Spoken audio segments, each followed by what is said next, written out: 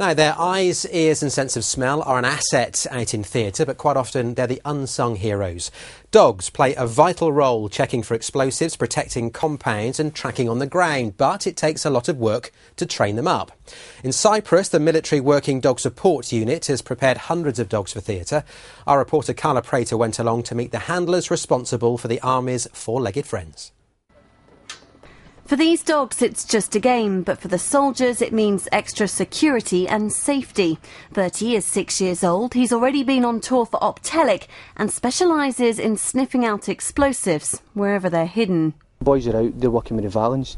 If you've got a search dog, it's an extra fantastic bit of kit. The Valens just find the metal content, but you've got the dogs who find the explosive content as well. So we've got a fantastic opportunity, 2 bites of the cherry, so to speak, to hopefully find anything that's out there.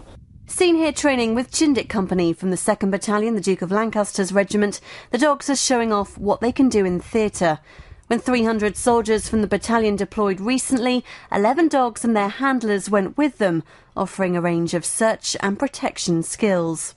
Obviously have the protection dogs, which provide a great visual deterrent as well as all the other things that they provide, escort duties, things like that. It also force multiplier. It takes away 8 guys that are on duty. They can go get their heads down, get some rest, and we can be out patrolling and we cover their job for them. It takes 16 weeks to train a search dog and 8 for a protection dog, but the training process never stops. The dogs start off their training at the Defence Animal Centre in the UK, but that's not where it ends. The handlers here can really work on their skills, and it's an ideal environment for the dogs to prepare for conditions out in Afghanistan, which is why all the high assurance search dogs that are currently in theatre have been trained in Cyprus first.